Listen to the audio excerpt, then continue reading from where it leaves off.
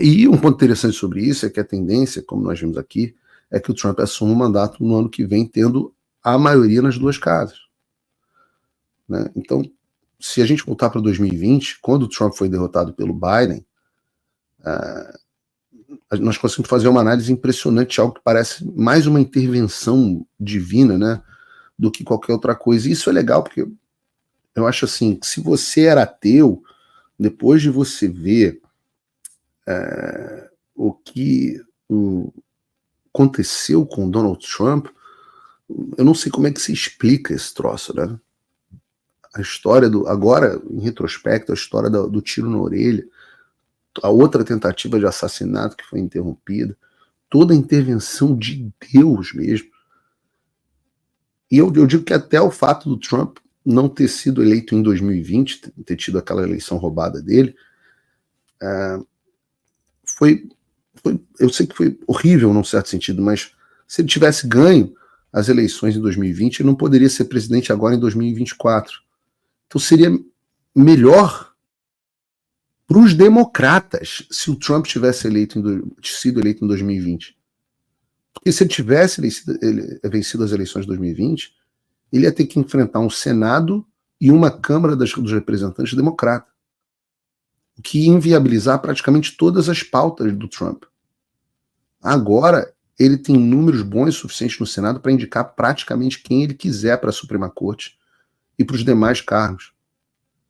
E isso é relevante porque tem duas indicações para a Suprema Corte batendo na porta. Né? O Clarence Thomas e o Samuel Alito, cara, que são os dois melhores ministros da Suprema Corte, estão com mais de 70 anos de idade. No caso da aposentadoria desses dois ministros, que diga-se de passagem são realmente assim, muito bons, o Trump pode indicar os dois substitutos, que manteria os 5 dos 9 ministros da Suprema Corte dos Estados Unidos indicados por ele. Aliás, transformaria os 5 indicados por ele, manteria os 5 indicados por presidentes republicanos e ele teria sido o indicador dos 5. Além disso, né, durante o governo Biden, os democratas também começaram um movimento para que a ministra Sonia Sotomayor se aposentasse porque ela está tendo problemas de saúde. Isso não aconteceu, ela deve continuar lá, mas se acontecer alguma coisa com ela, falecer durante o governo do Trump, já aconteceu isso com a morte da Ruth Bader Ginsburg, né, que era mais... A Sotomayor é a outra, mais militante de esquerda da Suprema Corte americana. O Trump ia ter mais uma indicação da Suprema Corte, mas, diferentemente do caso do Clarence Thomas e do Samuel Alito, ele ia estar substituindo uma ministra de esquerda e ele, portanto, faria a maioria conservadora na Suprema Corte para... hoje, depende do seu ponto de vista, 6-3 ou 5-3, ou 5-3 e um independente.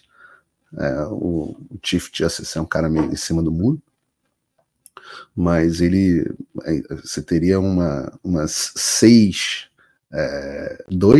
ou 7-2, perdão. Então, seria bom, né? E se você pensar, nada disso ia ser possível se o Trump tivesse sido eleito em 2020. Sem contar que ele ia ter o Mike Pence, né, como vice, que é um republicano do establishment, demonstrou um republicano do establishment, apesar de evangélico e tal, até simpatia por ele. O partido do Trump inteiro era menos favorável. Né? Se o Trump tivesse ganho em 2020, o movimento do Make America Great Again não ia ter tomado a proporção que ganhou hoje, com o apoio das figuras como Elon Musk, como Robert Kennedy Jr., como a Tulsi Gabbard. Então, fica aí a lição para a gente, né, de que o mal e o que é errado nunca vale a pena no final das contas.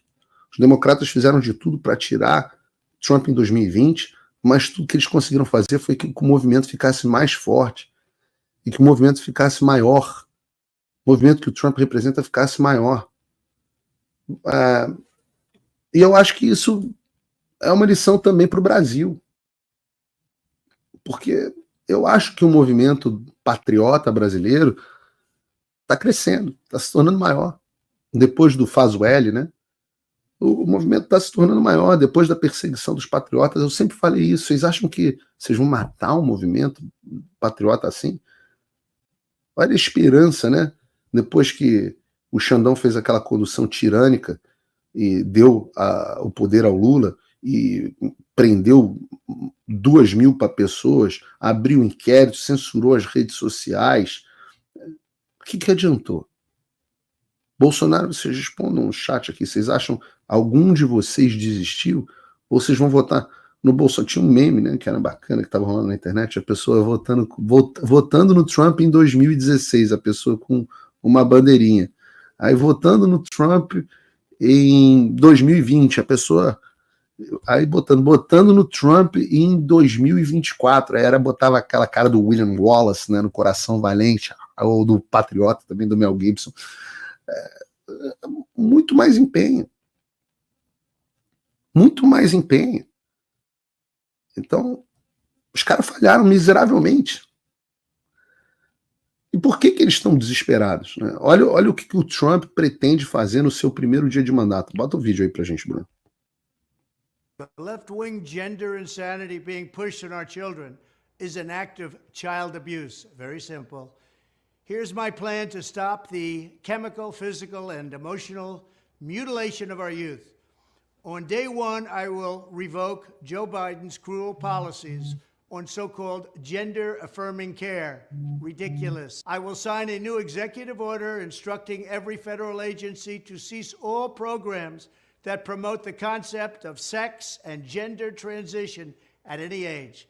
I will then ask Congress to permanently stop federal taxpayer dollars from being used to promote or pay for these procedures and pass a law prohibiting child sexual mutilation in all 50 states. It'll go very quickly. Furthermore, I will support the creation of a private right of action for victims to sue doctors who have unforgivably performed these procedures on minor children. The Department of Justice will investigate Big Pharma and the big hospital networks to determine whether they have deliberately covered up horrific long-term side effects of sex transitions in order to get rich at the expense of vulnerable patients, in this case, very vulnerable. I will ask Congress to pass a bill establishing that the only genders recognized by the United States government are male and female, and they are assigned at birth. Under my leadership, this madness will end. Thank you very much. Glória a Deus. Toda glória a Deus. Trump está prometendo que logo no primeiro dia vai revogar todas as políticas do governo Biden de afirmação de gênero, vai assinar uma ordem executiva, que é como se fosse um decreto, que vai fazer com que todas as agências do governo federal interrompam os programas que promovam conceito de transição de sexo e gênero em qualquer idade, vai pedir ao Congresso para impedir o financiamento público para esse tipo de procedimento e também que o Congresso passe uma lei proibindo a mutilação sexual infantil em todos os estados.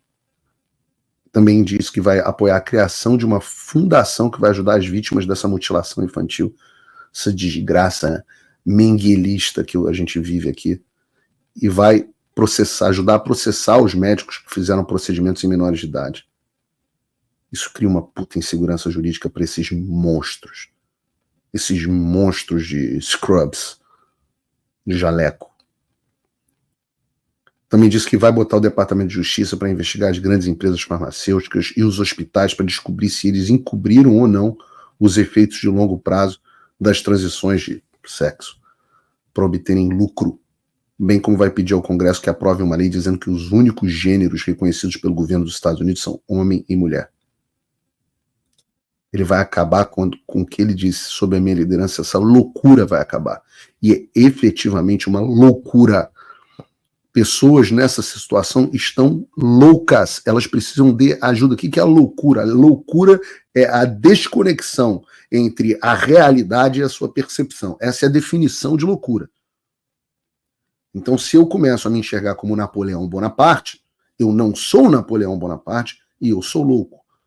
Se eu começo a achar que eu sou um porquinho da Índia, eu acho que eu não sou um porquinho da Índia, então eu estou louco.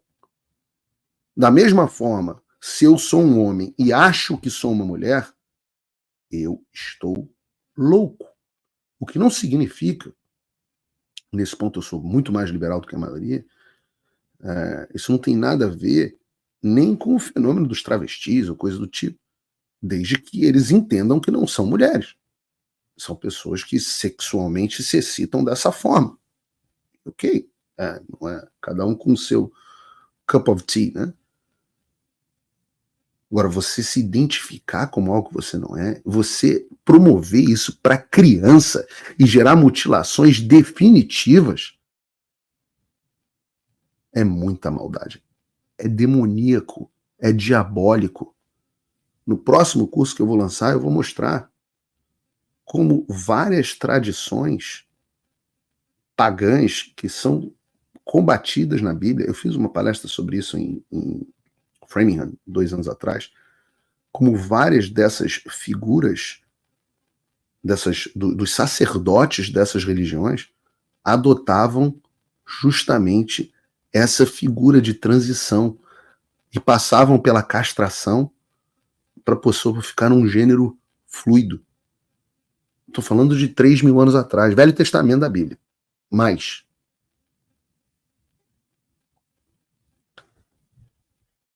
então, em 2020, tudo isso que o Trump está prometendo não ia ser possível. Então é ação divina. Isso é Deus mandando alguém para salvar os inocentes. Eu creio nisso. Se você crê nisso, diga no chat, eu creio. Eu creio na intervenção de Deus no mundo. E ele faz isso, ele faz isso mesmo com a vontade dos maus. A gente está no estudo bíblico racional finalizando, né? Faltam 3 episódios no domingo. E a gente está contando a história de José. E a história de José é sobre como o mal, como Deus usa o mal para fazer o bem. E o mal, inclusive, para transformar o mal em bom. Essa é a moral do que a gente está vivendo, né? A gente vê as histórias dos irmãos de José, a redenção, né, de Judá, por exemplo. Não percam, o estudo bíblico racional está falando exatamente sobre isso. A gente está no final da história de José, terminando o Gênesis, todos os domingos, às 10 horas da noite. E Deus usa o faraó, Deus usa quem tiver que usar. Aqui usou a maldade do Partido Democrata, do Joe Biden, da Kamala Harris, do George Soros, os cagões do Partido Republicano, que não apoiaram o Trump e permitiram aquele abuso, aquele absurdo em 2020. Deus age. Amém a todos que estão dizendo eu creio aqui no chat.